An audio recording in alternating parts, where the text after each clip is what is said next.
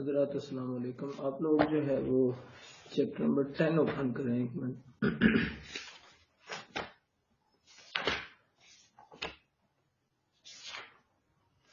ये first roll number कौन है जो डॉट बना के बैठा हुआ है? अंदाजा लगाएं लोगों का, मतलब इनको इतने मैनर्स नहीं है कि अपने नाम अपना लिखना होता है। ये अजीबोगरीब काम कर रहे हैं, डॉट बना के बैठे रहते हैं।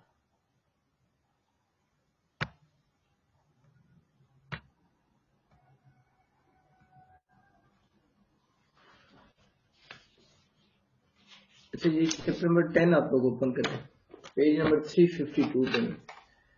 इस चैप्टर में दो मेजर क्वेश्चन हैं, इनमें से एक कभी कोशिश करते हैं आज हो जाए।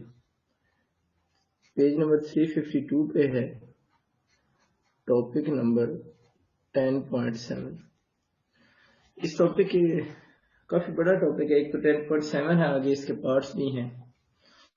तो पहला इसका जो क्वेश्चन बन सकता है वो यू लॉन्ग क्वेश्चन है कि व्हाट इज फर्स्ट लॉ। शायद केमिस्ट्री में भी आप लोगों ने पढ़ रखा होगा। What is first law of thermodynamics.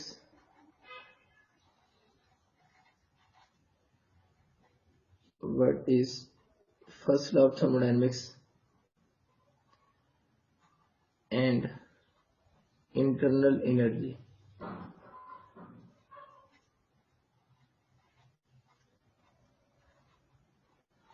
और discuss in detail.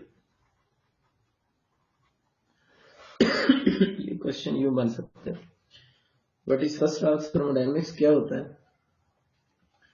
What is first law of thermodynamics और एंड इंटरनल एनर्जी, और डिस्कस इन डिटेल। अब में से जो बच्चे आईसीएस के हैं उनको इस चैप्टर में काफी एफर्ट करनी पड़ेगी, क्योंकि ये चैप्टर मोस्टली जो है वो फिजिक्स वैसे है सारी केमिस्ट्री, मतलब फर्स्ट ईयर में तो चीजें कम है, सेकंड ईयर की फिजिक्स वो तकरीबन केमिस्ट्री जैसी है। तो हमें से जिन बच्चे ने केमिस्ट्री नहीं पढ़ी वो उनको अच्छी खासी ज्यादा एफर्ट्स करनी पड़ेगी, क्योंकि अभी तो एफएससी में फिर खैर है, वो ऑनवर्ड अगर कभी उन्होंने फिजिक्स रख ली तो उनको समझ नहीं आएगी चीजें, क्योंकि विदाउट केमिस्ट्री आप फिजिक्स को अंडरस्टैंड नहीं कर सकते। टोटल साइंसेस वैसे सारी एक जैसी हैं, लेकिन केमिस्ट्री और मैथ का जो कॉम्बिनेशन है ना, उसको हम फिजिक्स कहते हैं। जो आईसीएस वाले हैं उनको काफी ज्यादा प्रॉब्लम बनेंगे, स्पेशली सेकंड ईयर में। फर्स्ट ईयर में तो खैर कम है। और ये चैप्टर पूरा केमिस्ट्री से रिलेटेड है, ये वाला जो चैप्टर भी है। अच्छा जी, इसके शुरू में आप जरा पेज 352 निकालें।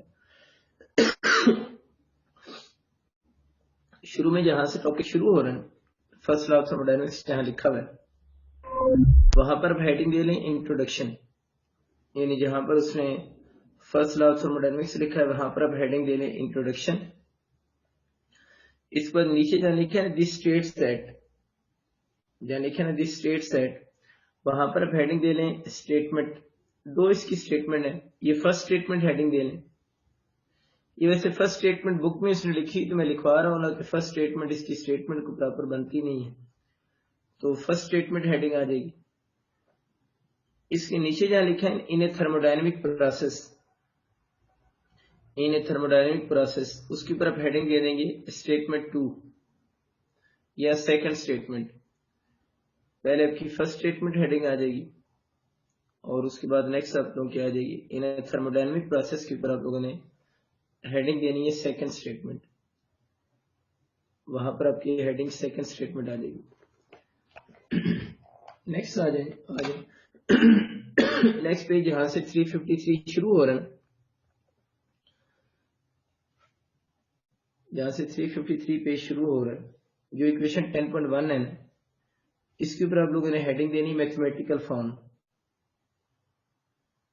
वहां पर आपकी हेडिंग आ जाएगी मैथमेटिकल फॉर्म। मैथमेटिकल फॉर्म से नीचे आप लोगों ने हेडिंग देनी है sign convention, CONVENTION, sign conventions. Mathematical form से नीचे यानी कि डेल्टा क्यू इज पॉजिटिव, वहां पर आप लोगों ने हेडिंग देनी है sign conventions.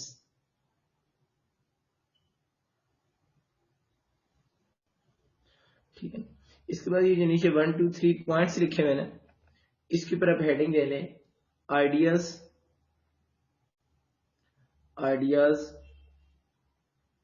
Of first law of thermodynamics. ये जो 3 पॉइंट्स है ना, इनके ऊपर आपकी हेडिंग आ जाएगी ideas of first law of thermodynamics. Ideas of first law of thermodynamics. Ideas of first law of thermodynamics, वहां पर आप लोगों की हेडिंग आ जाएगी ideas of first law of thermodynamics. या में से जो रोल नंबर के बिना है ना, अपने रोल नंबर वगैरह इंटर करें, मैं उनको रिमूव करता जा रहा हूँ जो विदाउट रोल नंबर है, इन्होंने मजाक बनाया हुआ। तो ideas of first law of thermodynamics. अच्छा, इसके बाद नीचे यहाँ लिखा है ना, the sum of all kinetic energy is translational vibrational.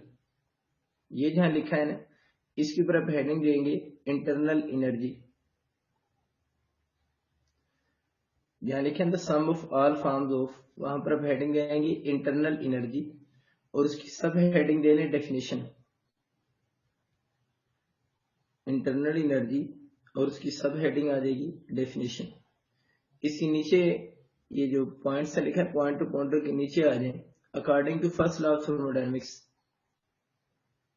जहां लिखा है ना according to first law of thermodynamics, वहां पर आप लोगों ने हेडिंग देनी है एक्सप्लेनेशन। एक्सप्लेनेशन। इसका जो आखिरी पैराग्राफ है ना, ये वाला, जहां लिखे the change in internal energy of a system.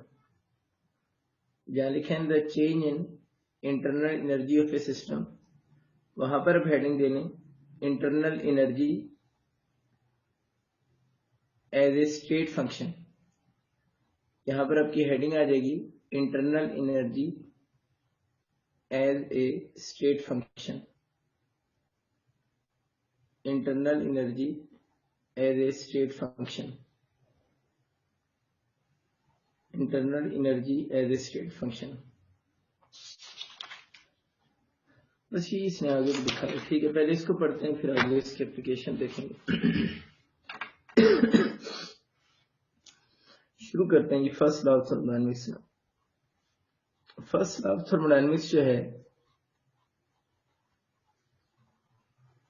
इसके बारे में सबसे पहली लाइन तो आप लोगों ने शायद केमिस्ट्री में भी सुनी हुई है कि this law is according to law of conservation of energy. ये जो लॉ है, this law is according to, this law is according to law of conservation of energy. According to law of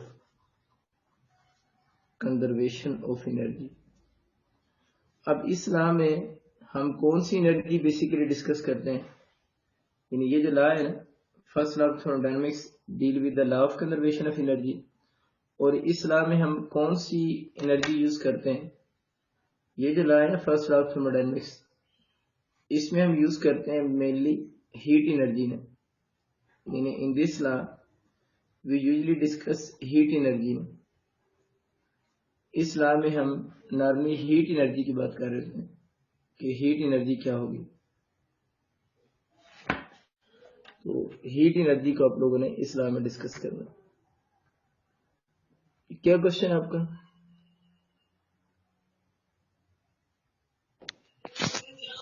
मेरा नाम रिकॉर्ड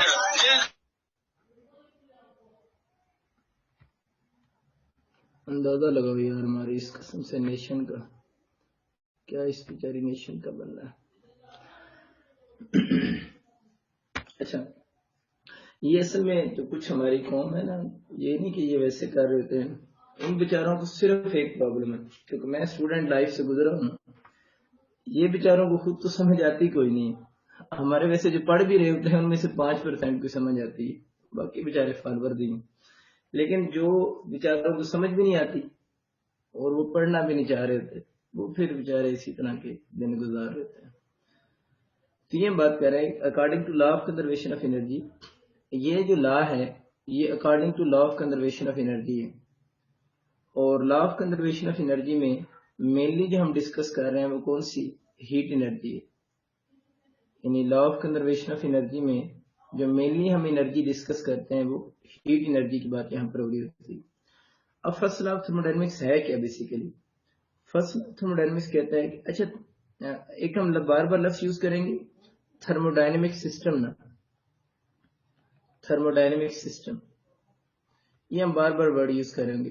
थर्मोडायनेमिक सिस्टम बेसिकली ये होता है कि अगर आप एक बीकर लें, उस बीकर के अंदर अगर आपको गैस रखते हैं और उसको आप हीट प्रोवाइड करें और उससे उस गैस के प्रेशर को स्टडी करें, टेम्परेचर को स्टडी करें या वॉल्यूम को स्टडी करें, तो such a system is named as thermodynamic system.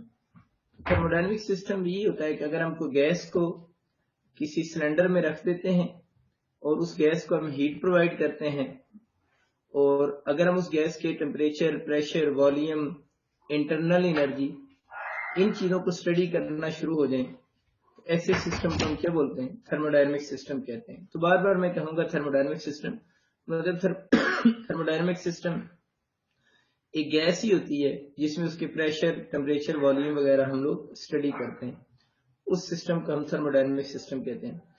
तो सपोज करें आपका एक थर्मोडायनेमिक सिस्टम है और इस थर्मोडायनेमिक सिस्टम को हम हीट प्रोवाइड कर रहे हैं। इस थर्मोडायनेमिक सिस्टम को हम डेल्टा क्यू जो है ना, ये अमाउंट ऑफ हीट प्रोवाइड कर रहे हैं इस गैस को। अब वो कहते हैं कि हम इस गैस को जो delta Q amount of heat provide कर रहे हैं ना, यानी इस गैस को हम डेल्टा क्यू जो अमाउंट ऑफ हीट प्रोवाइड कर रहे हैं, उस हीट ने क्या करना है? उस हीट ने सबसे पहले इस गैस की इंटरनल एनर्जी को चेंज कर देना। Delta U is a symbol of internal energy. सबसे पहले उस गैस ने वो हीट जो हम दे रहे हैं, उसने इस गैस की इंटरनल एनर्जी को इंक्रीज करना है। प्लस दूसरा काम उसने ये करना है, एक तो इंटरनल एनर्जी को इंक्रीज करना है, प्लस सेकंड काम उसने ये करना है कि पिस्टन को अपवर्ड मूव करवाएगा। हम जो हीट दे रहे हैं, सबसे पहला काम उसका ये है कि उस गैस की इंटरनल एनर्जी को चेंज कर देना। और अगर हीट सप्लाई कर रहे हैं तो इंटरनल एनर्जी में चेंज किस सेंस में आएगी? इंटरनल एनर्जी इंक्रीज हो रही होगी।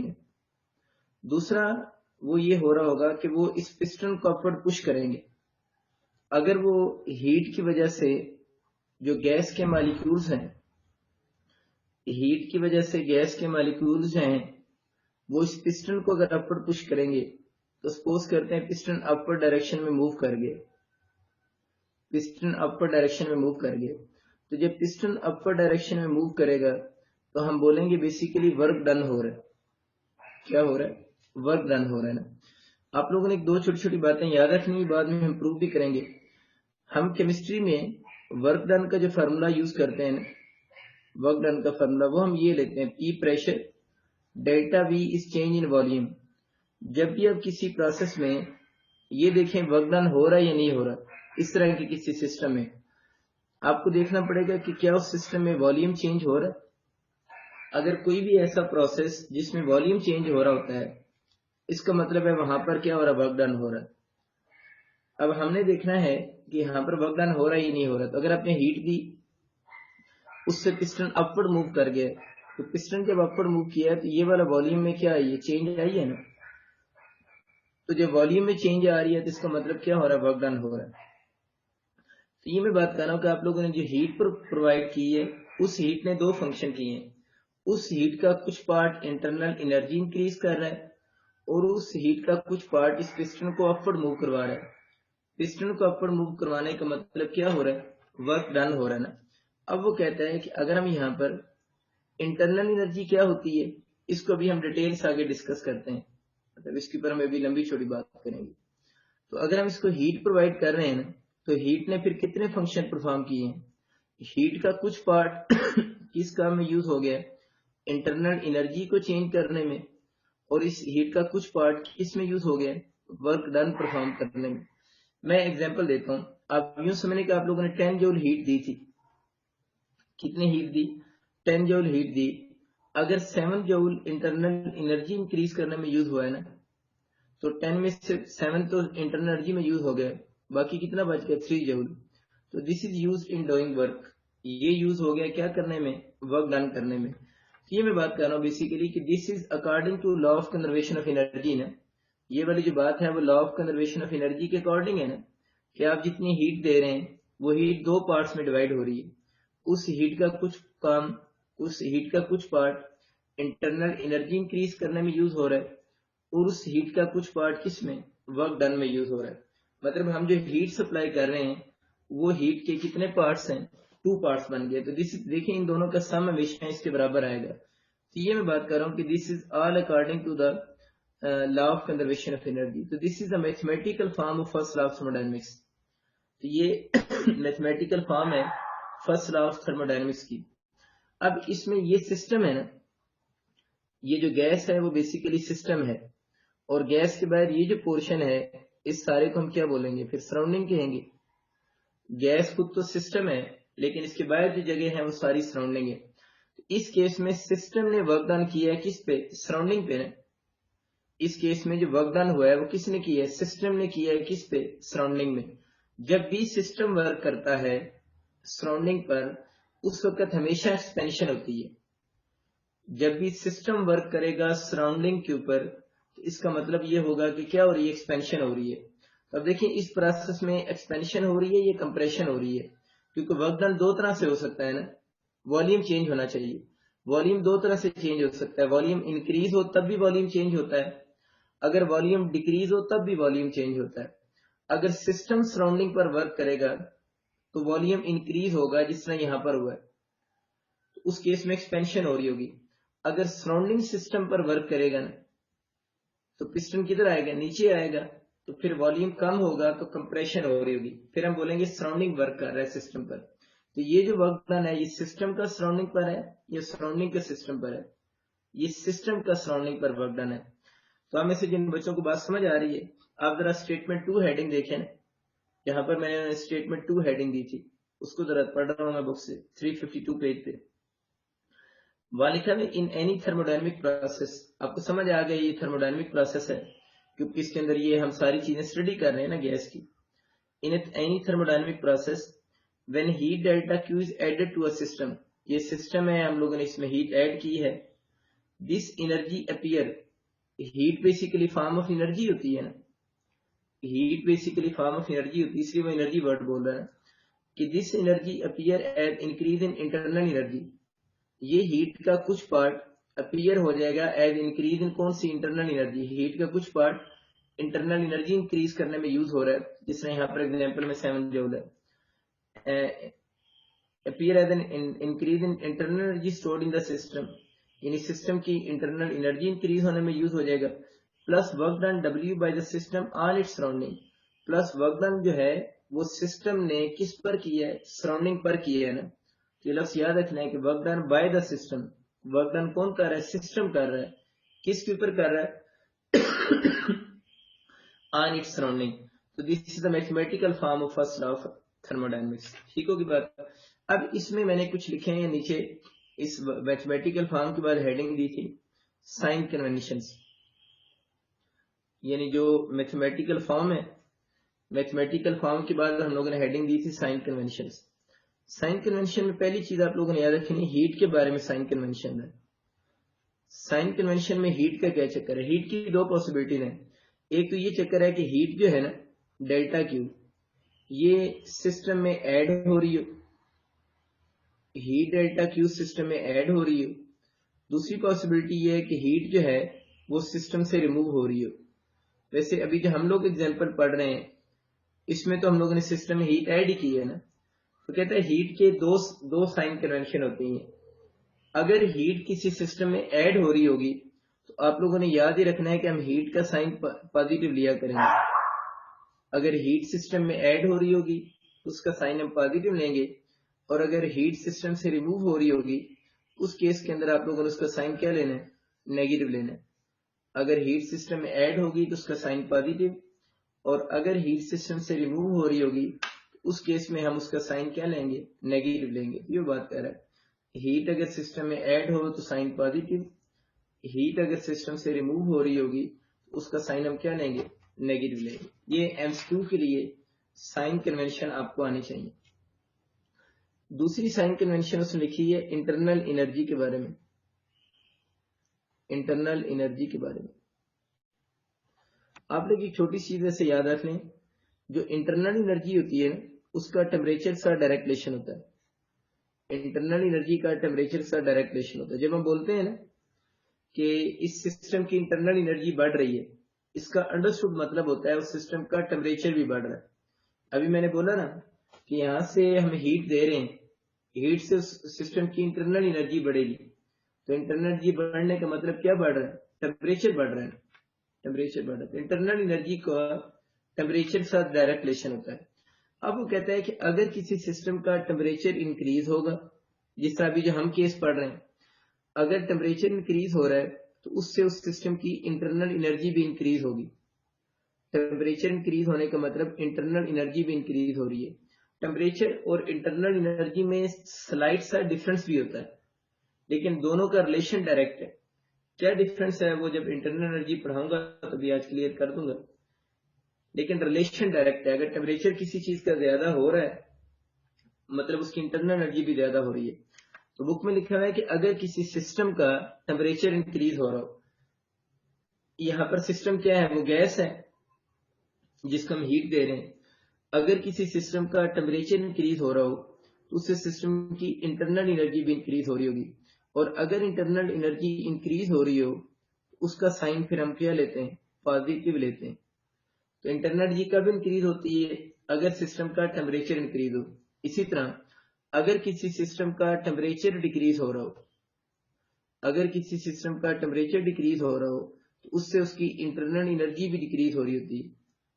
अगर टेम्परेचर डिक्रीज हो रहा हो तो इंटरनल एनर्जी भी डिक्रीज हो रही होती है, और अगर इंटरनल एनर्जी डिक्रीज हो रही हो तो उस केस में हम उसका साइन क्या लेते हैं? नेगेटिव साइन ले लेते हैं। ये दो साइन कन्वेंशन आपकी बुक में लिखी हुई है। वर्क की उसने साइन कन्वेंशन नहीं लिखी हुई, बुक में वर्क की साइन कन्वेंशन नहीं लिखी हुई, ये आप लोगों ने खुद से नोट कर लेनी है। और अगर बोर्ड में आ जाए तो इसमें वर्क की भी साइन कन्वेंशन आप लोगों ने लिखनी है, क्योंकि तीन चीजें हैं ना फार्मूले में, तो तीनों की साइन कन्वेंशन हमें लिखनी चाहिए। देखिए वर्क कब होता है? अभी हमारी बात हुई थी, मैं आपको बता रहा था वर्क डन का जो फार्मूला होता है ना वो होता है P into delta we. Work उसी सूरत में हो सकता है जब वॉल्यूम चेंज हो। तो अगर आपको बात मेरी समझ आ रही है तो वॉल्यूम दो तरह से चेंज हो सकता है। एक तो एक्सपेंशन हो रही हो तब वॉल्यूम चेंज हो सकता है, या दूसरा जो है वो कंप्रेशन हो रही हो तब वॉल्यूम चेंज हो सकता है। तो वॉल्यूम दो तरह से चेंज हो सकता है, या तो वॉल्यूम एक्सपेंशन में चेंज हो सकता है, या तो वॉल्यूम एक्सपेंशन में चेंज हो सकता है, या फिर वॉल्यूम जो है वो कंप्रेशन में चेंज हो सकता है। दो ही पॉसिबिलिटी है, एक्सपेंशन हो या सिस्टम में कंप्रेशन हो तो वॉल्यूम चेंज होगा, अदरवाइज कोई पॉसिबिलिटी नहीं है। अगर एक्सपेंशन हो रही हो ना, एक्सपेंशन के लिए एक और वर्ड भी हम यूज करते हैं।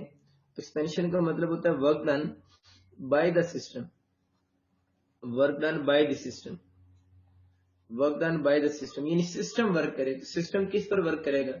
सराउंडिंग के ऊपर वर्क करेगा ना। अगर वर्ड लिखा हो ना work done by the system, इसका मतलब होती है एक्सपेंशन हो रही है। और अगर एक्सपेंशन हो रही हो तो उस केस में आप लोगों ने याद रखना है वर्क डन का साइन हमेशा पॉजिटिव होता है। तो एक्सपेंशन भी वर्ड यूज होता है, ज्यादातर वर्ड यूज होता है work done by the system. System किस पर वर्क कर रहा है? सराउंडिंग के ऊपर।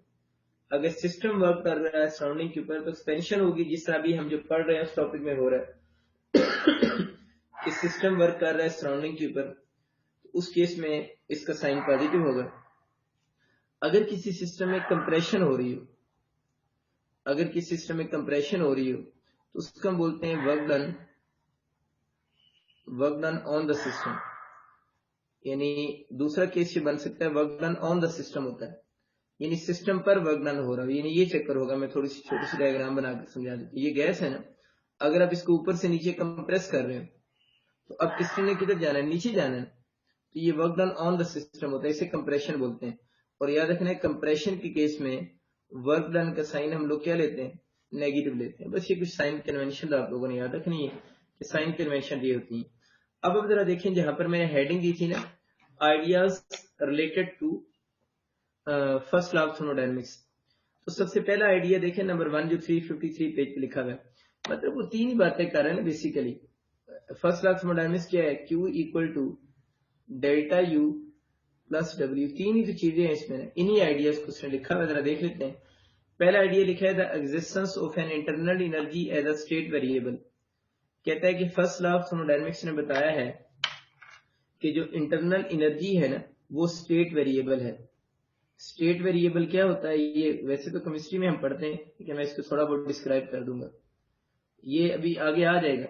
इस पेज की लास्ट हेडिंग ही मैंने ये दी थी ना, स्टेट फंक्शन बोले या स्टेट वेरिएबल बोले ना, तो हमारे इस पेज 353 पेज की आखिरी हेडिंग ये है, internal energy as a state variable या internal energy as a state function. एक तो लॉ में ये बताता है कि इंटरनल एनर्जी एक स्टेट वेरिएबल या स्टेट फंक्शन है।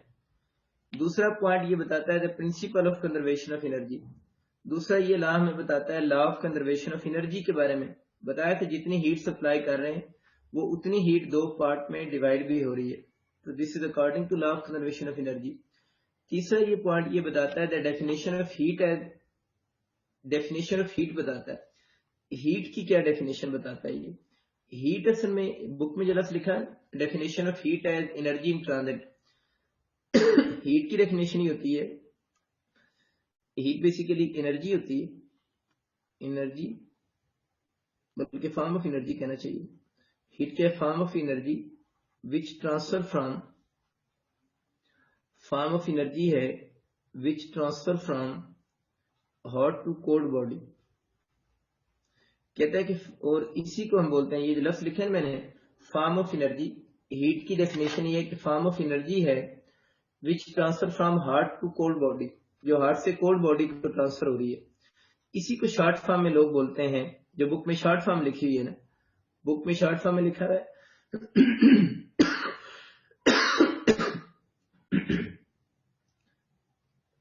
बुक में लफ्ज लिखा हुआ है एनर्जी इन ट्रांजिट लिखा हुआ है ना, तो जो बुक में लफ्ज लिखा है एनर्जी इन ट्रांजिट, इसका मतलब ये होता है कि हीट को हम in short energy in transit बोलते हैं। हीट क्या चीज है, फॉर्म ऑफ एनर्जी है जो ट्रांसफर होती है हॉट बॉडी से कोल्ड बॉडी को। इस बात को आप समझे जरा। देखिए सपोज करें मेरे पास दो बॉडीज हैं, ये दो बॉडीज हैं, इन दो डिफरेंट बॉडीज को मैंने इन कांटेक्ट किया है, इन दो बॉडीज को मैंने इन कांटेक्ट किया है, एक बॉडी ए है एक बॉडी बी है। तो बॉडी ए से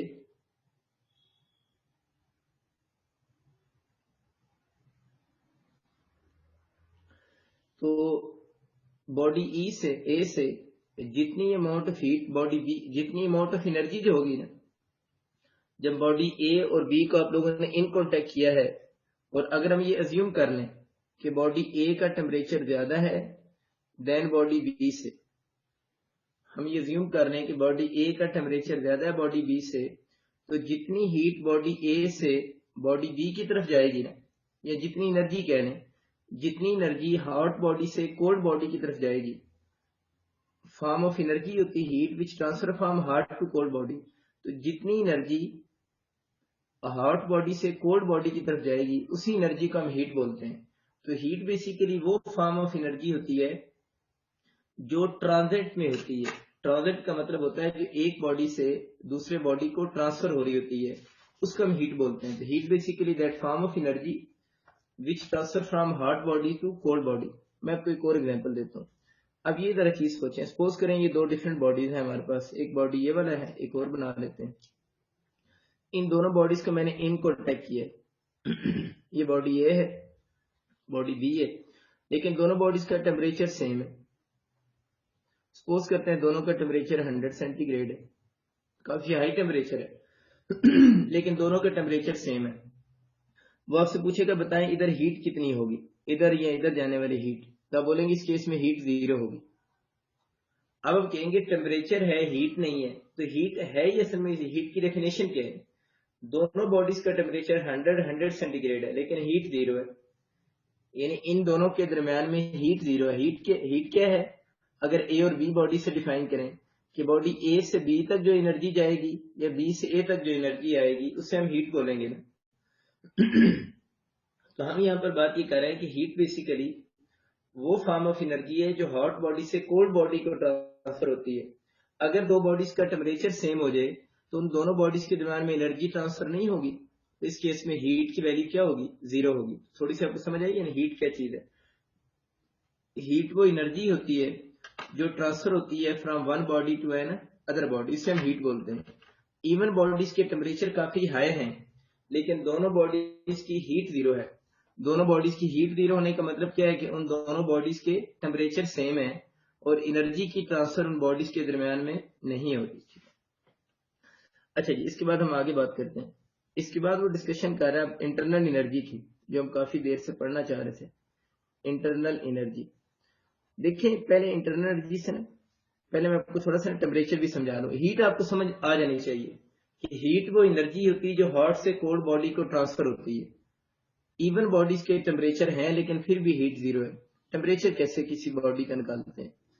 देखिए, अगर आप लोगों ने इस गैस का टेम्परेचर मेजर करना है ना, तो इस गैस के बहुत सारे एटम्स हैं, तो टेम्परेचर का मतलब होता है उस गैस के जितने भी एटम्स हैं ना, उनकी अगर आप एवरेज काइनेटिक एनर्जी ले लेते हैं ना, किसी भी गैस के पार्टिकल की अगर हम एवरेज काइनेटिक एनर्जी ले लेते हैं, तो एवरेज काइनेटिक एनर्जी जो होती है वो टेम्परेचर होता है। Average kinetic energy is called क्या चीज? टेम्परेचर। तो मुझे बताएं कि क्या ये दो जो बॉडीज हैं इनकी टेम्परेचर तो होगा ना? टेम्परेचर तो जस्ट क्या है, जितने भी पार्टिकल्स हैं उनकी काइनेटिक एनर्जी की एवरेज आप निकालें, तो दैट इज नेम्ड एज कौन सी? एवरेज काइनेटिक एनर्जी से कहेंगे। और एवरेज काइनेटिक एनर्जी किसके बराबर होती है? टेम्परेचर को शो करती है।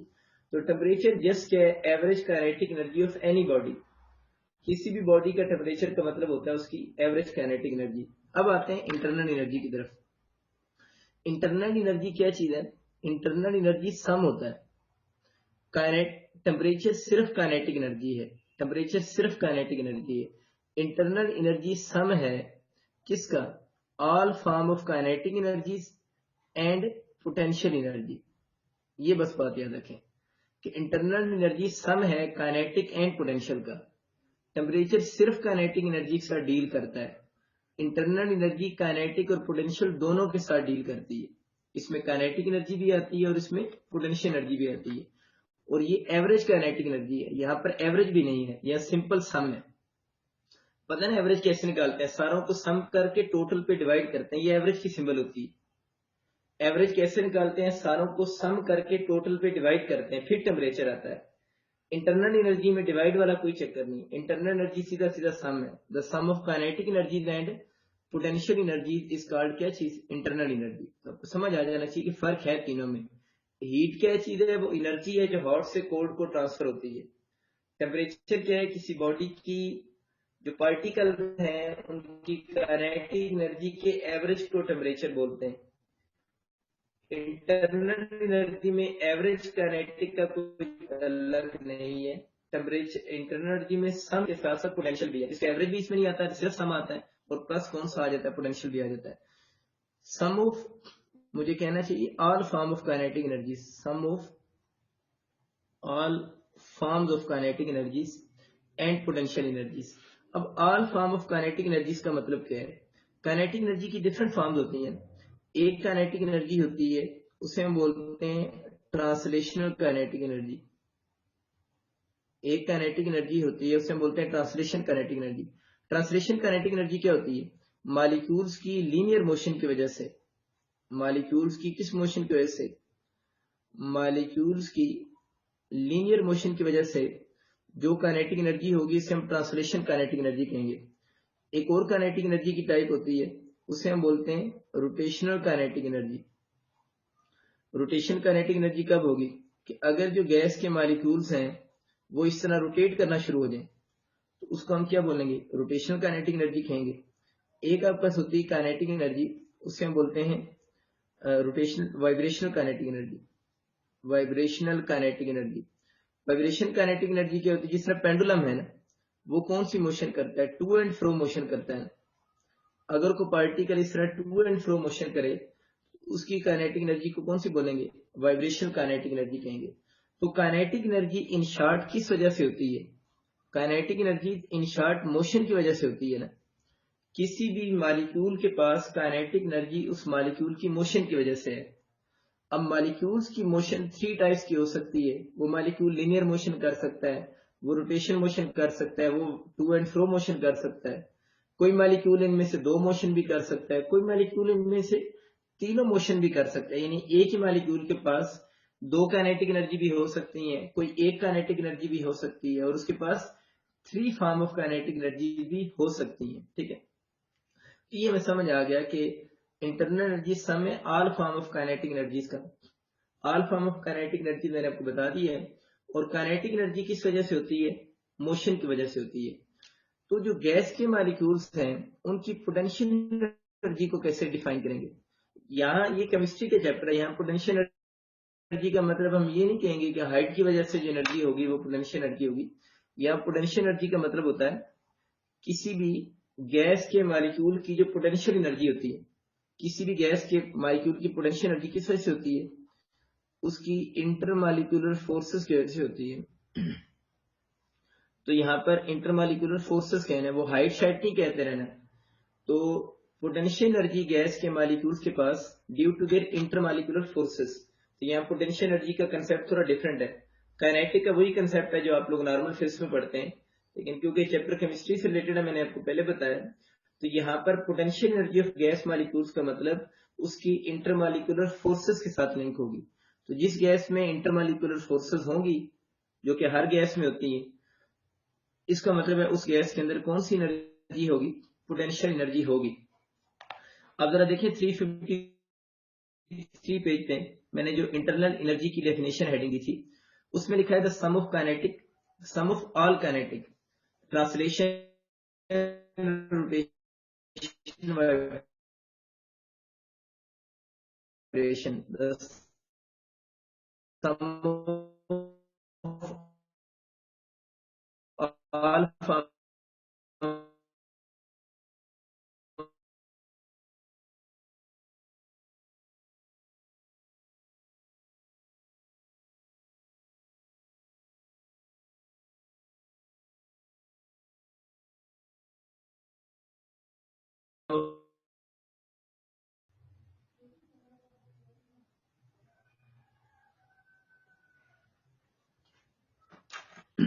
अच्छा जरा इससे आगे कंटिन्यू करते हैं। ये तो उसकी डेफिनेशन होगी ना। अब नीचे जहां पर मैंने इसकी एक्सप्लेनेशन वगैरह हेडिंग दी है ना, उसमें वो कह रहा है कि अभी आप लोगों ने ये पढ़ा था delta Q equal to delta U plus W होता है ना। इसमें डेल्टा यू हमें पता है इंटरनल एनर्जी है, तो डेल्टा यू इक्वल टू हो जाएगा, अगर इसको इधर रहने दें, डेल्टा क्यू माइनस डब्ल्यू हो जाएगा।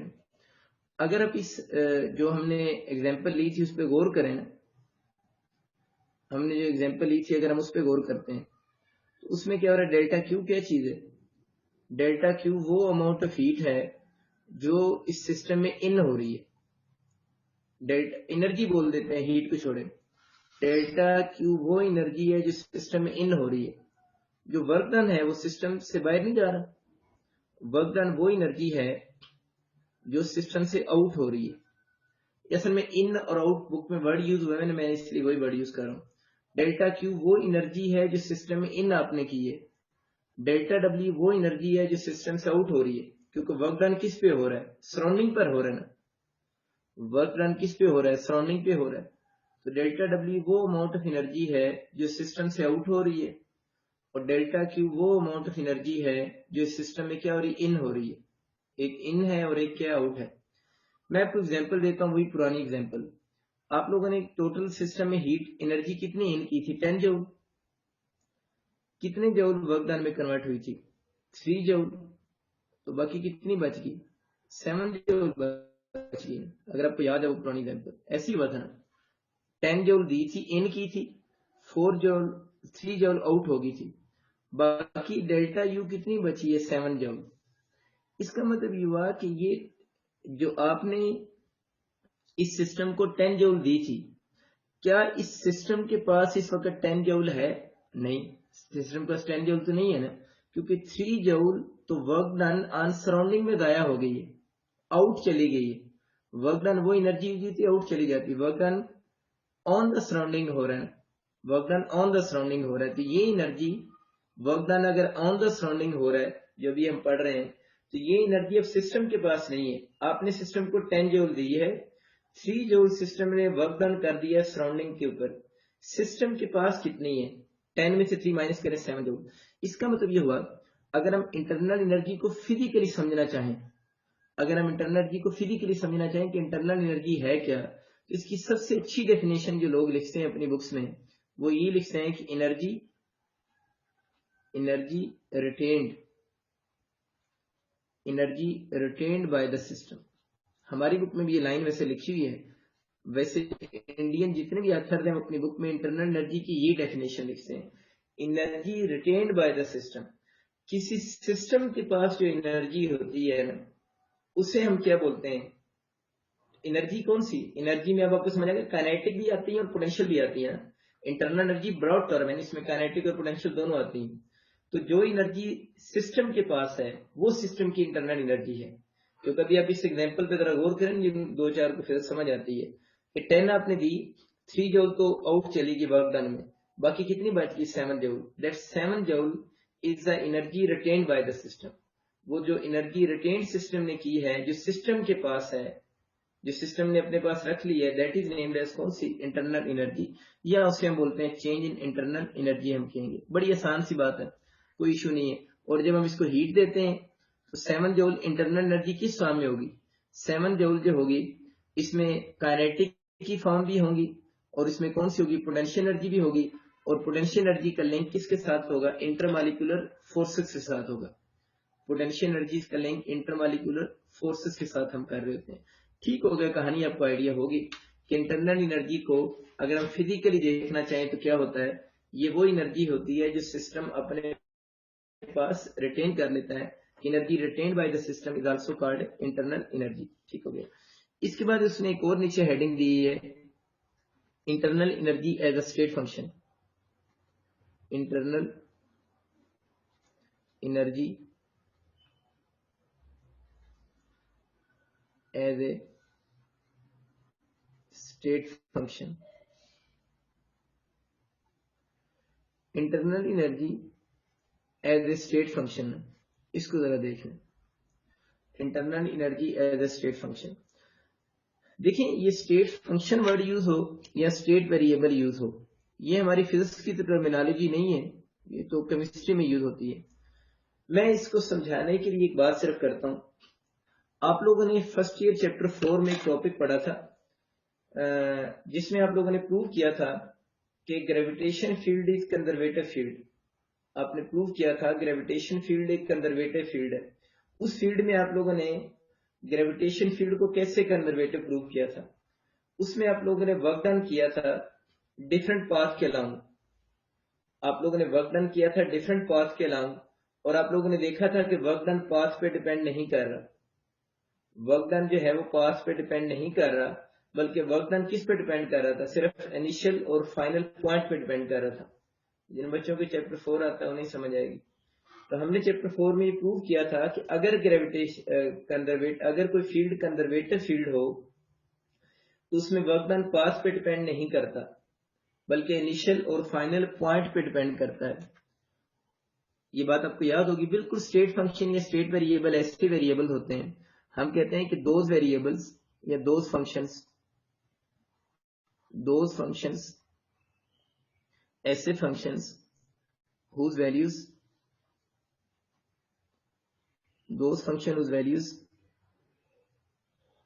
not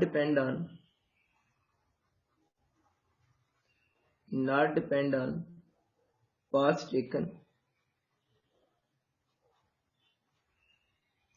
between 2 points but depend only on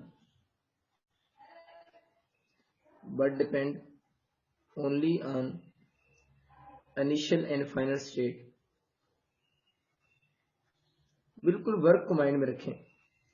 वैसे उस वर्क की डेफिनेशन का यहाँ लिंक कोई नहीं है, वो तो और चीज प्रूव हो रही थी, लेकिन ये उससे मिलती जुलती बात है कि ऐसे functions whose values not depend on paths taken, जिनकी वैल्यूज पाथ टेकन पे डिपेंड नहीं करती, between 2 points but depend only on initial and final state. Initial और फाइनल स्टेट अगर सेम है तो ऐसे फंक्शन को हम किसका नाम देंगे? स्टेट फंक्शन या स्टेट वेरिएबल्स का नाम देते हैं। मैं इसको एग्जांपल से समझा, बल्कि ग्राफ से समझा देता हूँ। हमारी बुक में ग्राफ तो नहीं बना हुआ इसका, लेकिन आप ये पेपर में बना दीजिएगा।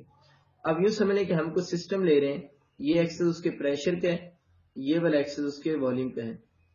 प्रेशर वॉल्यूम हम ग्राफ बना रहे हैं। कोई सिस्टम है, इस जगह पर है वो, आप इस पॉइंट ए से मूव करके पॉइंट बी पर गए हैं। पॉइंट ए से मूव करके कहां पर गए हैं, पॉइंट बी पर। पॉइंट ए की इंटरनल एनर्जी जो है ना वो यू ऑफ ए थी, आपने नोट की, और जब ये सिस्टम बी पर पहुंचा है तो आप लोगों ने पॉइंट बी की इंटरनल एनर्जी नोट की जो कि यू बी थी। यानी आप ए पॉइंट से बी पॉइंट तक गए हैं इस पाथ 1 के अलाउंग,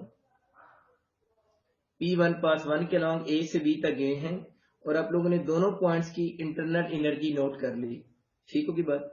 अब वो कहता है कि अगर हम ए से बी पॉइंट तक ही जाएं, लेकिन अगर हम पाथ 2 के अलाउंग जाएं, पाथ 1 की बजाय किसके अलाउंग जाएं, पाथ 2 के अलाउंग जाएं, तब देखेंगे जो इंटरनल एनर्जी पाथ 1 से बी पॉइंट की आई थी वही amount of internal energy path 2 से जाएंगे तब भी बी पॉइंट की इंटरनल एनर्जी सेम होगी। इससे क्या प्रूव होता है, इंटरनल एनर्जी जो होती है वो पाथ पे डिपेंड नहीं करती बल्कि इनिशियल और फाइनल पॉइंट पे डिपेंड करती है। आप ए पॉइंट से बी पॉइंट तक जाएं और इंटरनल एनर्जी नोट करें। ठीक होगी बात।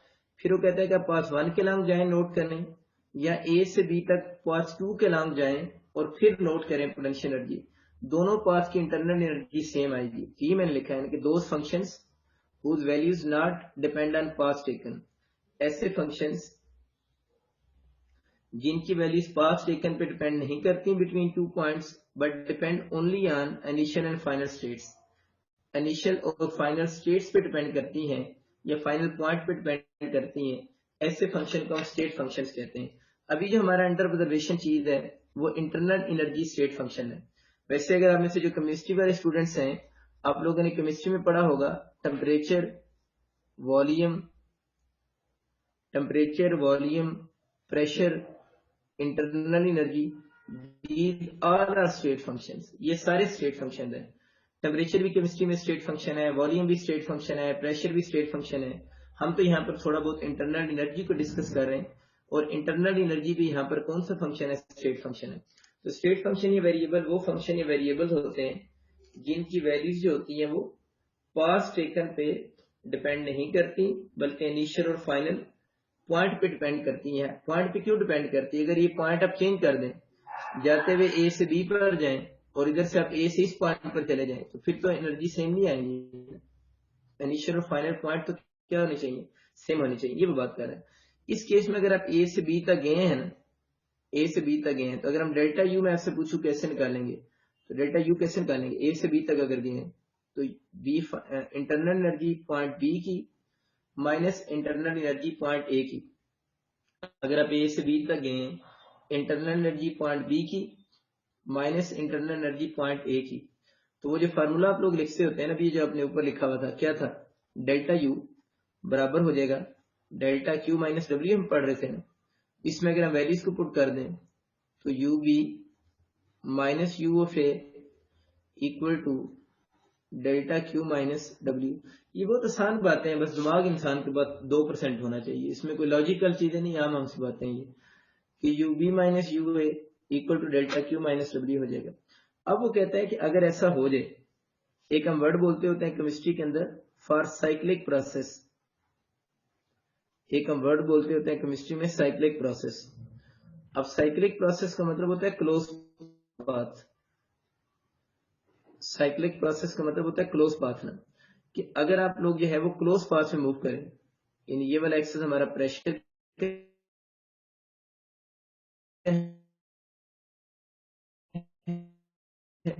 ए से चले और बी से चलकर वापस आप पॉइंट ए पर आ गए, ये पाथ आप लोगों ने एक फॉलो किया, बल्कि पाथ लिखने की जरूरत को नहीं क्योंकि क्लोज पाथ है, साइक्लिक पाथ है। आप ए से बी पर गए और बी से वापस ए पर आ गए। इस केस में क्या होगा, तो अगर आप उसी पॉइंट पे वापस आ गए, इस केस में ये होगा internal energy of point U of A equal to U of B हो जाएगी।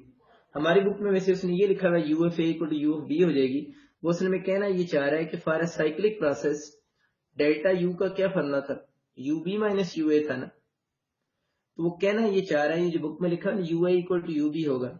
अगर इस चीज को मैं इस इक्वेशन में पुट कर दूं, यू बी की जगह पर भी मैं यू ए लिख दूं, U of A minus U of A, तो कैंसिल होकर डेल्टा यू जीरो हो जाएगा। असल में कंसेप्ट इसका ये है जो आप लोगों ने एमसीक्यू के लिए याद भी रखना है कि किसी भी साइक्लिक प्रोसेस में क्लोज पाथ में इंटरनल एनर्जी में चेंज जीरो होती है। ये सिर्फ इंटरनल एनर्जी की प्रॉपर्टी नहीं है, कोई भी ऐसा फंक्शन जिसे हम स्टेट फंक्शन कहते हैं, वो अगर किसी साइक्लिक प्रोसेस में या क्लोज पाथ में उसमें चेंज हमेशा क्या होगी, जीरो होगी। तो हम क्योंकि इंटरनल एनर्जी को स्टेट फंक्शन कह रहे हैं, तो क्लोज पाथ में इंटरनल एनर्जी में भी चेंज किसकी इक्वल होगी, जीरो की इक्वल होगी। क्लोज पाथ में internal energy is equal to zero होगी। क्या इंटरनल एनर्जी जीरो होगी? इंटरनल एनर्जी नहीं जीरो होगी, इंटरनल एनर्जी में चेंज जीरो होगी। इंटरनल एनर्जी पूछेगा तो क्या होगी, तो हम बोलेंगे इंटरनल एनर्जी कांस्टेंट होगी। ये बात याद रखिएगा, क्लोज पाथ में इंटरनल एनर्जी जीरो नहीं होती, इंटरनल एनर्जी में चेंज जीरो होती है।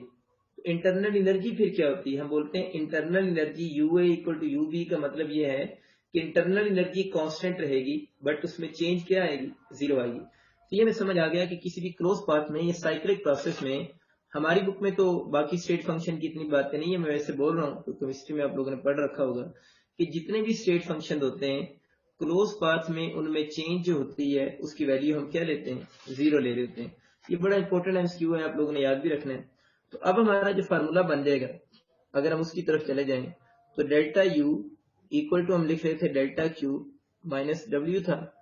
अब अगर हम इसको फॉर ए साइक्लिक प्रोसेस लिखें या फॉर ए क्लोज पाथ लिख लेते हैं, सादा सा लफ्ज लिख लेते हैं।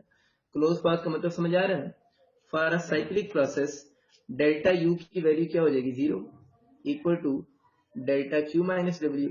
ये दोनों जीरो क्यों नहीं हुए, क्योंकि मैं ये बोल रहा था कि जितने भी स्टेट फंक्शंस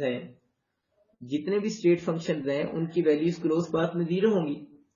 और आप में से जिन बच्चों को थोड़ी बहुत फिजिक्स आती है उनको पता होगा चैप्टर 4 में हम लोगों ने मैथमेटिकली प्रूव किया है, कि work done in a close path zero होता है। हमने प्रूव किया है ना, work done in a close path zero होता है। लेकिन यहाँ पर तो ना हमने वर्क डन को जीरो लिखा है ना क्यू को जीरो लिखा है, सिर्फ डेल्टा यू को जीरो लिखा है। इस आप लोगों ने अपने पास नोट कर लें, जैसे ये बातें तो केमिस्ट्री की हैं। हीट एंड वर्क जो दोनों होते हैं ना, हीट एंड वर्क दोनों जो हैं नॉट स्टेट फंक्शन, ये दोनों स्टेट फंक्शन नहीं होते। अगर ये स्टेट फंक्शन ही नहीं है, अगर ये दोनों स्टेट फंक्शन ही नहीं है तो क्लोज पाथ में इनकी वैल्यूज में चेंज क्या आएगी, जीरो नहीं आएगी। अगर ये स्टेट फंक्शन ही नहीं है तो स्टेट फंक्शन होगा तो क्लोज पाथ में उसमें चेंज जीरो आएगी ना। तो ये स्टेट फंक्शन ही नहीं है तो क्लोज पाथ में इसमें चेंज जीरो नहीं आएगी। तो फिर चैप्टर 4 में क्या था, चैप्टर 4 में तो ये हो रहा था ना कि work done in a close path आपके पास किसकी इक्वल आ रहा था, जीरो आ रहा था। असल में आप जिनको फिजिक्स आती है उनको पता होगा work done in a close path zero होता है सिर्फ कंजर्वेटिव फील्ड में। Work done in a close path zero होता है सिर्फ कंजर्वेटिव फील्ड के अंदर।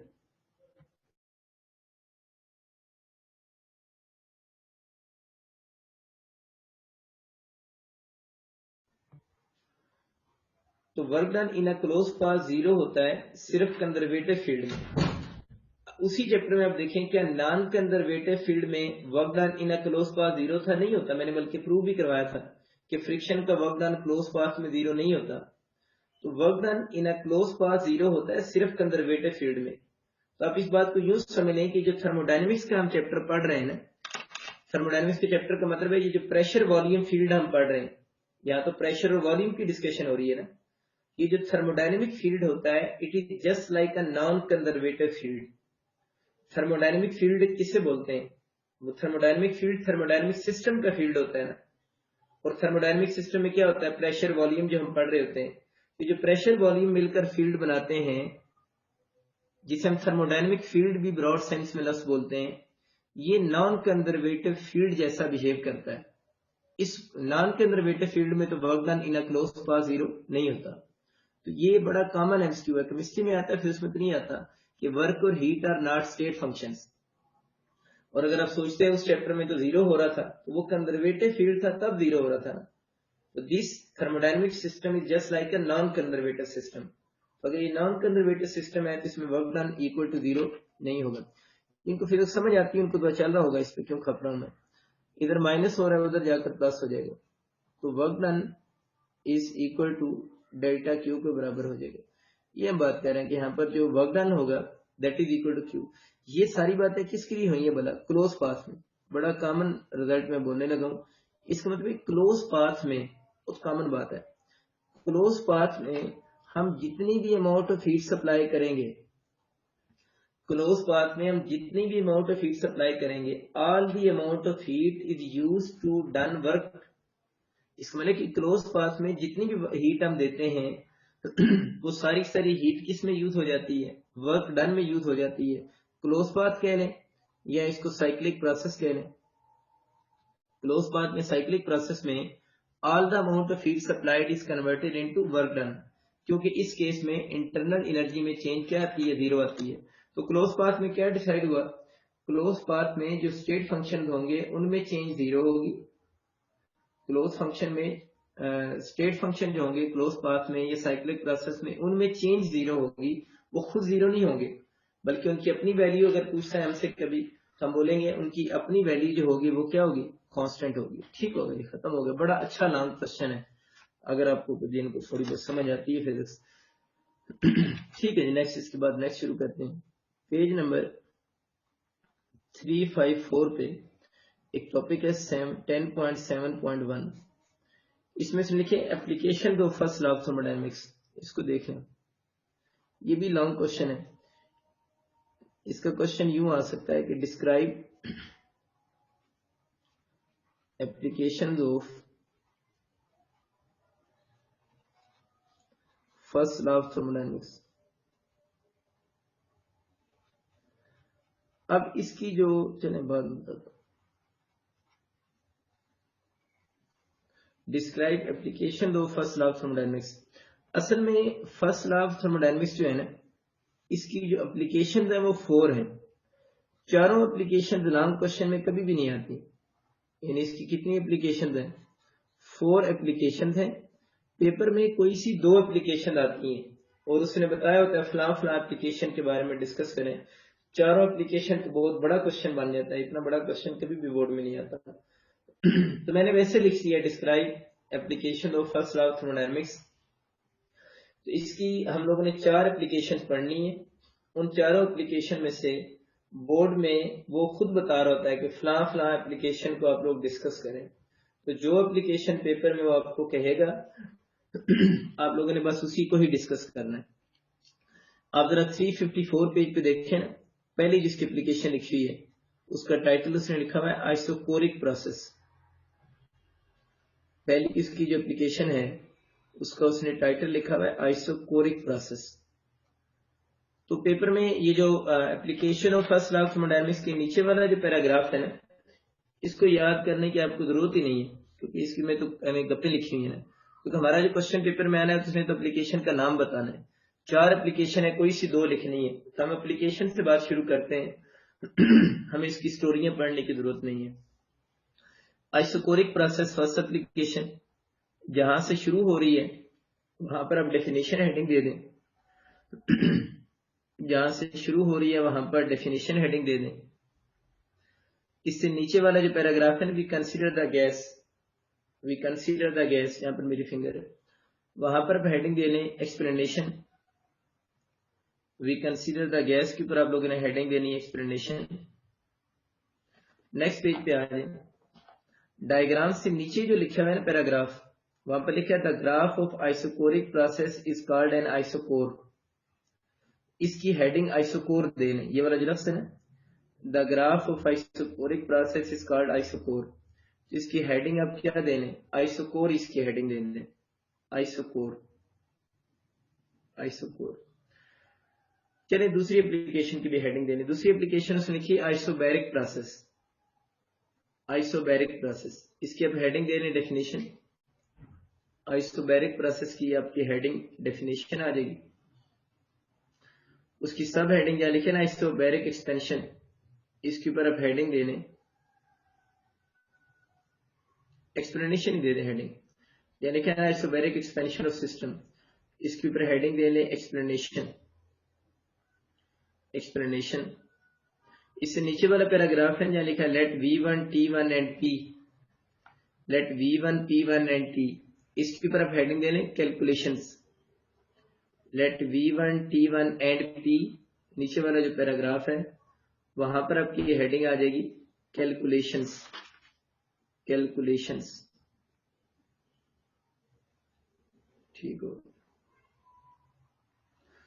इसकी जो 356 पेज पे इस डायग्राम से ऊपर जो सेकंड लास्ट लाइन है ना, जो मैं पढ़ रहा हूँ, the graph of isobaric process is called isobar.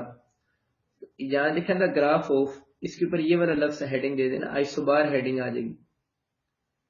यहाँ लिखा है the graph of isobaric process, इसके ऊपर आप लोगों ने हेडिंग दे देनी है, आइसोबार हेडिंग दे देनी। बाकी भी दे नहीं हेडिंग, अगर देनी है चले बाद में देंगे। चार प्रोसेस है, सी और डी, ये यहां तक लिखे हैं। पेपर में कोई दो आपको एप्लीकेशन कहेगा, उनको डिस्कस करें। हम कोशिश करते हैं आज आइसोकोरिक को पढ़ने का टाइम होता है, आइसोबैरिक भी पढ़ ही लेंगे। कोरिक लफ्ज का मतलब क्या होता है ना, कोरिक वर्ड जो होता है ना वो ज्यादातर वॉल्यूम के सेंस में यूज होता है। यानी यहाँ पर जो कोरिक वर्ड यूज हो रहा है वो वॉल्यूम के सेंस में यूज होता है। आइसो का मतलब होता है सेम, आइसो का मतलब होता है सेम। आइसोकोरिक प्रोसेस ऐसा प्रोसेस होगा जिसमें वॉल्यूम जो होगा वो सेम या कांस्टेंट रहेगा। किसका वॉल्यूम सेम या कांस्टेंट रहेगा? सिस्टम का। सिस्टम क्या होता है?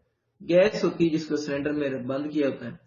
तो आइसोकोरिक प्रोसेस ऐसा प्रोसेस होता है जिसमें जो सिस्टम होता है उसका वॉल्यूम कांस्टेंट रहता है।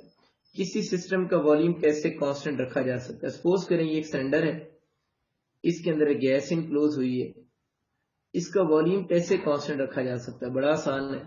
इसको क्या बोलते हैं? पिस्टन कहते हैं। ये जो ऊपर लगा होता है इसे हम क्या बोलते हैं? पिस्टन कहते हैं। वॉल्यूम कांस्टेंट का मतलब होता है पिस्टन को फिक्स कर दे, ना पिस्टन अपवर्ड मूव कर सके ना पिस्टन डाउनवर्ड मूव कर सके। इसका मतलब होगा कि वो कौन सा प्रोसेस बन जाएगा? आइसोकोरिक प्रोसेस बन जाएगा। आइसोकोरिक प्रोसेस वो प्रोसेस होता है जिसमें वॉल्यूम जो होगा वो कांस्टेंट रहेगा। ये मैं बात कर रहा हूँ आइसोकोरिक प्रोसेस की डेफिनेशन देखें, ये लिखी है कि the thermodynamic process, thermodynamic process पता चल गया ना, गैस जो क्लोज होती है उसको थर्मोडायनेमिक प्रोसेस कहते हैं।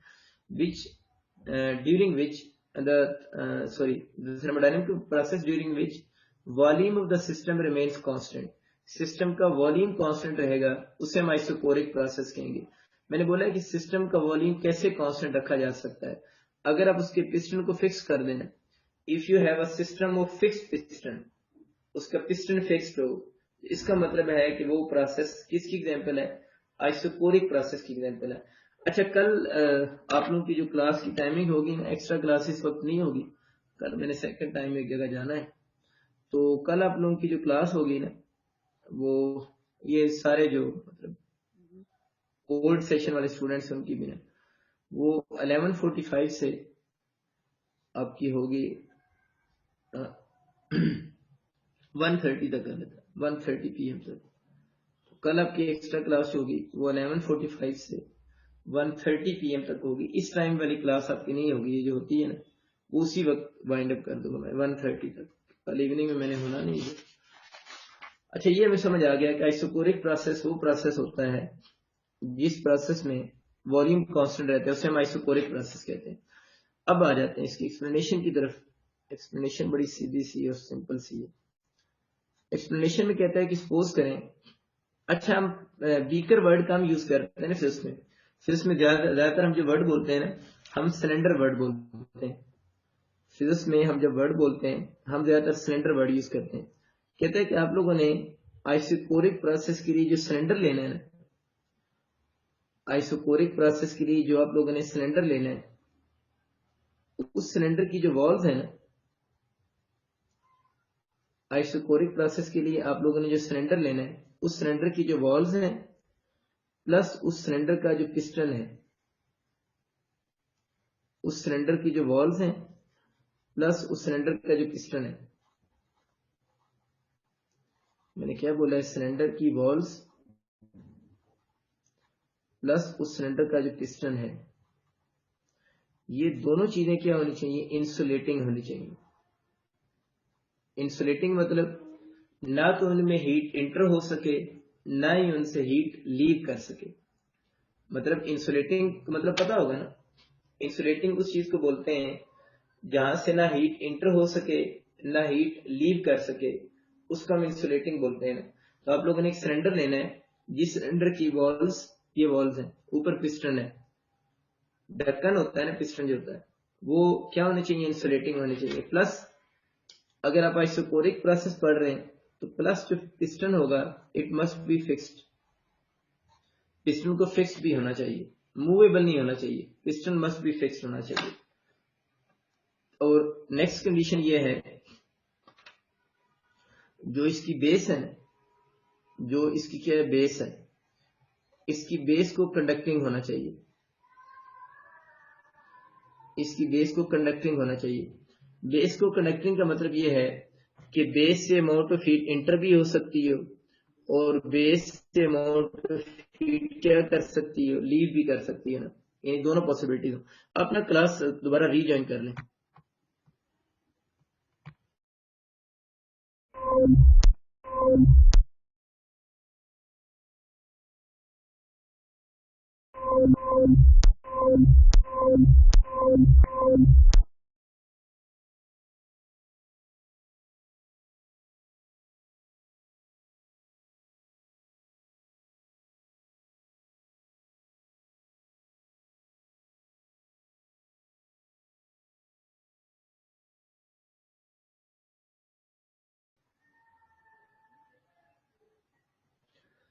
अच्छा, तो मैं बात कर रहा था कि जो सिस्टम आपको समझ आ गया, इसकी बेस कंडक्टिंग होनी चाहिए।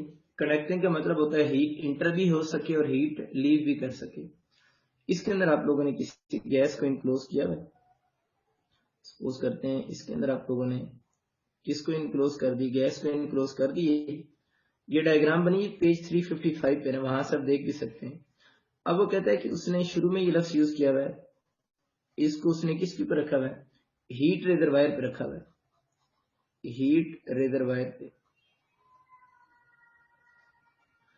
हीट रिजर्वायर का मतलब होता है कि जो इसको हीट क्या कर रहा है, प्रोवाइड कर रहा है। बेस इसकी कनेक्टिंग है ना, बेस कनेक्टिंग का मतलब है कि अगर आप लोगों ने इसको हीट रिजर्वायर पे रखा हुआ है तो यहां से इस सिस्टम के अंदर हीट इंटर हो रही होगी ना, यहां से सिस्टम में हीट इंटर हो रही होगी। मुझे सिर्फ ये बताओ कि अगर इस सिस्टम, ये बात अब क्लियर हो रही होगी ना, कि सपोज करें जब आप लोगों ने इसको हीट रिजर्वायर पर रखा हुआ है तो जब इसमें delta Q amount of heat आप ऐड करेंगे ना, इस गैस के अंदर delta Q amount of heat add करेंगे, जब delta Q amount of heat add करेंगे तो इनिशियली क्या होगा, इनिशियली मुझे बताओ, सपोज करें जब आप लोगों ने हीट ऐड नहीं की हुई थी ना, जब आप लोगों ने हीट ऐड नहीं की हुई थी उस वक्त इनिशियली प्रेशर P1 था, प्रेशर तो होगा ना को गैस का, टेम्परेचर T1 था, वॉल्यूम उस वक्त V1 था ना गैस का। जब हीट ऐड नहीं की हुई थी उस वक्त pressure P1, temperature T1, volume V1।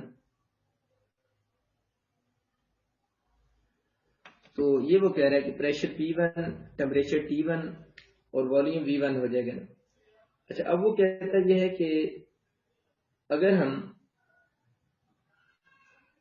इस सिस्टम को, जिस सिस्टम की हम बात कर रहे हैं ना, इस सिस्टम के अंदर अगर हम अमाउंट ऑफ हीट ऐड कर दें, इनिशियली तो pressure P1, temperature T1, volume V1 था ना, जैसे हम हीट ऐड करेंगे तो फिर इसमें चेंजेस आएंगी ना, हीट ऐड होने से इस सिस्टम या गैस में चेंजेस आएंगी। कहते हैं इसका प्रेशर P1 से P2 हो जाएगा, टेम्परेचर इसका T1 से क्या हो जाएगा, T2 हो जाएगा। वॉल्यूम क्या होगा, वॉल्यूम को कोई फर्क नहीं पड़ेगा।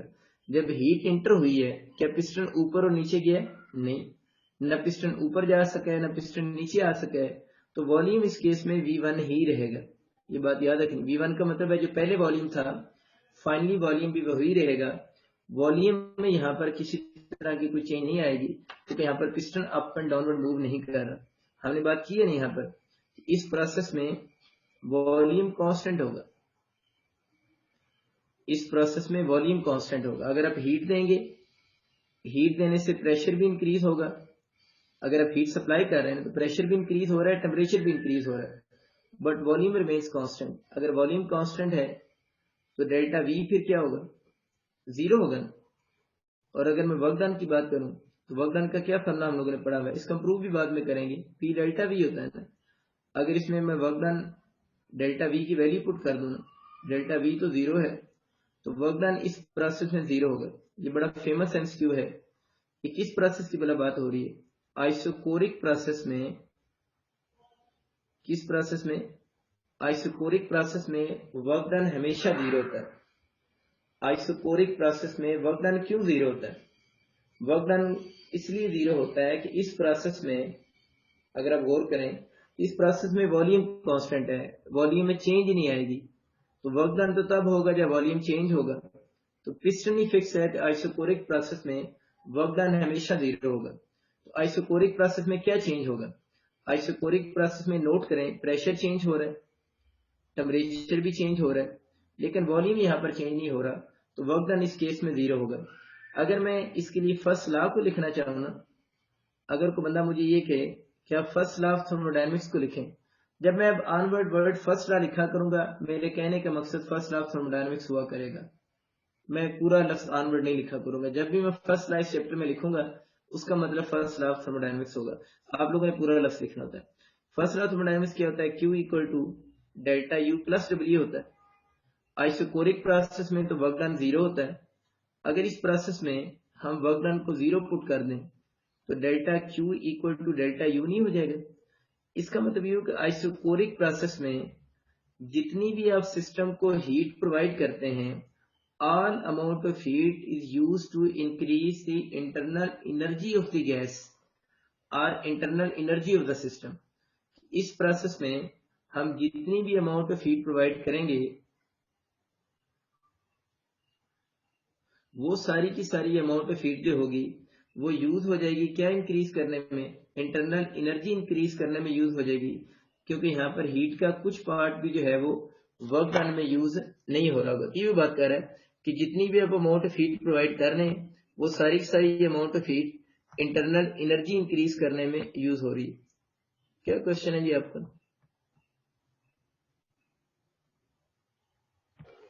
सर ये सेकेंड ईयर की क्लास कितने बजे? सेकेंड ईयर की क्लास है 4:35 पे, 4:35 पे। तो यहाँ पर जो हम हीट प्रोवाइड कर रहे हैं, वो सारी की सारी अमाउंट ऑफ हीट यूज हो रही है टू इंक्रीज क्या चीज, इंटरनल एनर्जी को इंक्रीज करने में। ये वो बात कर रहा है। क्लियर होगी बात? तो ये आप लोगों ने एमसीक्यू के लिए बात भी याद रखनी है। और इस प्रोसेस में अगर हीट सिस्टम में ऐड हो रही थी ना, आप इस प्रोसेस में हीट सिस्टम में ऐड कर रहे थे, तो हीट ऐड करने से याद रखना है प्रेशर भी इंक्रीज होता है, और हीट ऐड करने से टेम्परेचर भी इंक्रीज होगा। चेंज तो हो रहे हैं 1 to 1 2, जब नीचे चेंज होते हैं ना, नंबर नीचे वाला चेंज होता है, इसका मतलब होता है वो चीज चेंज हो रही है। चेंज का मतलब क्या है कि अगर हीट ऐड हो रही है तो प्रेशर भी बढ़ेगा, टेम्परेचर भी बढ़ेगा। तो प्रेशर भी बढ़ रहा है, टेम्परेचर भी बढ़ रहा है। तो मैं आपको क्या पढ़ाता हूँ रोजाना, टेम्परेचर अगर बढ़ेगा तो इसका मतलब है इंटरनल एनर्जी भी इंक्रीज होगी। टेम्परेचर अगर बढ़ेगा, पढ़ाया था थोड़ी देर पहले यार, यूओटी का डायरेक्ट रिलेशन होता है, नहीं पढ़ाया था? अगर टेम्परेचर बढ़ रहा है तो उससे इंटरनल एनर्जी भी क्या हो रही होगी, इंक्रीज हो रही होगी। तो अगर हम इस गैस को हीट देंगे तो सारी सारी हीट इंटरनल एनर्जी इंक्रीज करने में यूज हो जाएगी। इसमें कुछ भी वर्क डन परफॉर्म नहीं होगा। क्यों वर्क डन परफॉर्म नहीं होगा, वो आपको समझ आ रहा होगा, बड़ा आसान है।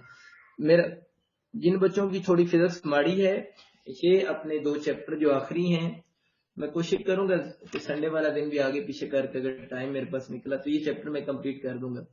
ये चैप्टर अपने ध्यान से पढ़ लीजिएगा। ये आपके मैडम के बस का रोग नहीं है कि उसने आपको पढ़ा लेने, उन्होंने तो आपको आसान करके ये लाइनें याद कर लें, करवा देना। असल फिजिक्स इधर ही है। 8वां 9वां चैप्टर अगर आपको आते हैं ना, तो आप क्लेम कर सकते हैं मुझे फिजिक्स आती है। फिजिक्स ये नहीं है the product of mass and velocity is called momentum, और आप खुश हुए हैं जी मुझे फिजिक्स आती है। अपने आखिरी 3 चैप्टर ठीक है, 8 9 10 अगर ये आपको आते हैं तो आपको फिजिक्स आती है, अदरवाइज आप फिर लेजेंड ही। अच्छा, ये मैं समझ आ गया। अब हम एक और बात भी कर लेते हैं ना, इसी सिस्टम से अगर हम हीट को रिमूव कर दें, अगर हम इस सिस्टम से हीट को रिमूव कर दें, हीट को रिमूव कैसे किया जा सकता है?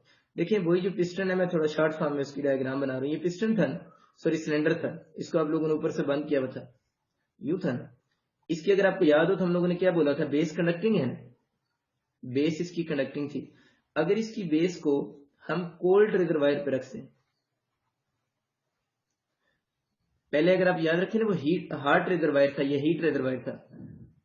अगर हम इसको कोल्ड रिजर्वायर पे रखते हैं, कोल्ड रिजर्वायर का मतलब होगा इसका टेम्परेचर अगर ऐसी नीचे चीज रखें जिसका टेम्परेचर बहुत कम हो, अब आपका जो सिस्टम होगा ना वहां से हीट रिमूव होने लग जाएगी। अगर हम इसको कोल्ड रिजर्वायर पर रखते हैं तो वहां से हीट रिमूव होने लग जाएगी। किससे? सिस्टम से। ये किताब में लिखी हुई ये बात, जो पेज नंबर 355 पे तीसरी लाइन है ना, पेज 355 पे तीसरी लाइन के दरम्यान में लफ्ज लिखा हुआ है, ऑन कंट्रेरी वर्ड लिखा हुआ है, उसमें ये बात लिखी हुई है। कोल्ड रिजर्वायर का तो मेरे ख्याल उसने वर्ड यूज नहीं किया हुआ, उसने ये वर्ड यूज किया on contrary removal of heat from A system. System से अगर हम हीट रिमूव करें तो सिस्टम से हीट कब रिमूव की जा सकती है? इसकी बेस को कोल्ड रिजर्वायर पर रख दें, नीचे ऐसी कोई चीज रखें बेस से जिसका टेम्परेचर बहुत कम हो। अगर उसका टेम्परेचर बहुत ज्यादा कम होगा तो उस केस में आप लोगों ने याद रखना है कि वहां से हीट रिमूव होगी। तो फिर क्या होगा? फिर प्रेशर भी कम हो जाएगा गैस का टेम्परेचर भी कम हो जाएगा, वॉल्यूम तो फिर भी क्या रहेगा? कांस्टेंट ही रहेगा। और इस केस में जो इंटरनल एनर्जी है वो भी मैं लिख सकता हूँ, इंटरनल एनर्जी भी सिस्टम की कम हो जाएगी। क्लियर होगी बात? फिर आखिरी बात हम करते हैं, नमाज का टाइम भी इतना ही रह गया। वो ये बात है कि अगर हम इस प्रोसेस का ग्राफ बनाए ना, क्योंकि इस चैप्टर में सारे ग्राफ प्रेशर वॉल्यूम ग्राफ हैं, वर्टिकल एक्सिस प्रेशर के, हॉरिजॉन्टल एक्सिस वॉल्यूम के। आप इस पिस्टन को माइंड में रख के जरा सोचें, बल्कि पिछले वाले को माइंड में रख के सोचें, क्योंकि उसने इसके लिए ग्राफ बनाया हुआ है। आप मुझे बताएं, इसमें जब आप हीट दे रहे हैं प्रेशर भी बढ़ रहा है, टेम्परेचर भी बढ़ रहा है, वॉल्यूम पे क्या फर्क पड़ रहा है? वॉल्यूम तो कांस्टेंट है ना। इसका जो ग्राफ बनेगा ना, बिल्कुल यूं आपको लाइन ड्रॉ करनी पड़ेगी। ये लाइन होगी बिल्कुल वर्टिकल लाइन। ये जो लाइन है यहां से ये अपर डायरेक्शन में जा रही है। इस जगह पर प्रेशर P1, वॉल्यूम V1 और टेम्परेचर T1 इनिशियल स्टेज थी ना। फिर मुझे बताओ, जब आप लोगों ने हीट दी, ये प्रेशर का एक्सेस है ना, प्रेशर P2 हो गया, वॉल्यूम फिर भी वही रहा है जो ये वॉल्यूम का एक्सेस है ना, तो वॉल्यूम बिल्कुल ऊपर लाइन गई है। वॉल्यूम जो इस पॉइंट पे था, इस पॉइंट का वॉल्यूम देख रहे इधर से सेम है, लेकिन टेम्परेचर यहां से क्या हो रहा है? इंक्रीज हो रहा है। तो प्रेशर भी इंक्रीज हुआ, टेम्परेचर भी इंक्रीज हुआ, वॉल्यूम रिमेन्स कांस्टेंट। तो ये जो लाइन होती है, ये किस प्रोसेस का ग्राफ बन रहा है? आइसोकोरिक प्रोसेस का। आइसोकोरिक प्रोसेस के जो ग्राफ होता है ना, आइसोकोरिक प्रोसेस के ग्राफ की ये जो हम लाइन ड्रॉ करते हैं, इस लाइन को बोलते हैं आइसोकोर। आइसोकोरिक प्रोसेस के ग्राफ की जो लाइन होती है ना, लिखा है the graph of isochoric process is called isochore. Book में लिखा हुआ है आइसोकोरिक प्रोसेस के ग्राफ को आइसोकोर कहते हैं। तो असल में आइसोकोरिक प्रोसेस के ग्राफ की जो लाइन होती है ना, इस लाइन को हम आइसोकोर कहते हैं। And this line is parallel to pressure axis. And this line is parallel to pressure axis. Parallel to pressure axis होने का मतलब ये है कि प्रेशर वॉल्यूम ग्राफ में अगर ये line parallel to pressure axis होगी, जिसका मतलब है वहां प्रेशर तो चेंज हो रहा है बट वॉल्यूम वहां पर चेंज नहीं हो रहा। 11:45 टुमारो जिंदगी रही तो टेक केयर, बाय बाय।